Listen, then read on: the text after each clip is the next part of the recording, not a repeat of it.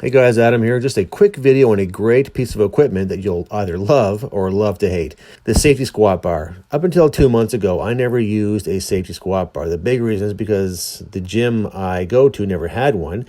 But besides that, other than for powerlifting, the only people I ever saw using them were folks with either bad shoulders or bad backs. Now, while that may be true, that this can be a great tool for people with shoulder injuries or lower back issues, the safety squat bar can be a great tool for anyone who wants to improve their squat. The weight of these bars can vary, but this Rogue SB1 is a beast at 70 pounds. If you're a first timer using this bar, I'd recommend putting on the safety bars and squatting inside the rack. And I'll tell you why. Two things you learn very quickly about this piece of equipment is that because of the cambered bar, with the weight sitting lower than a regular barbell, your body position is very close to that of a front squat. You are more upright than a back squat, and because of this, it will expose every core and upper back weakness that you have very quickly. It's not something that you want to push the limits on if you are not a strong upright squatter. And it's not something that you want to ego lift on because it will fold you over and bury your face in the mattress like it's your first night in prison. Lights out!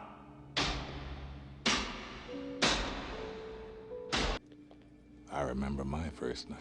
As you can see here, it's almost impossible to safely bail out of one of these bars, which is why I said if you're not a strong squatter, to always squat with the safety bars inside the rack. And I showed you this clip not to scare you away from using this bar, but to remind you that every exercise can be both safe and dangerous if you don't follow the rules.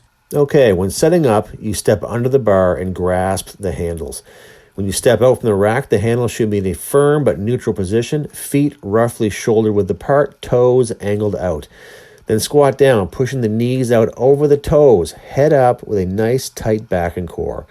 The most common mistake I see in any squat tutorial, and this one is no different, is that you're told to push the butt back, and that is a terrible cue for squats, and with this bar, you will surely fall forward. You always push your butt down and knees forward. This will keep your upper body stationary and upright. In this workout, I worked with 250 pounds and did 10 sets of 3, and my quads were burning. It is an excellent lift for your quads in particular. So I hope you enjoyed this tutorial, guys. And if you have any questions, drop me some comments, subscribe to this channel, and stay tuned for episode 96 of The Ways.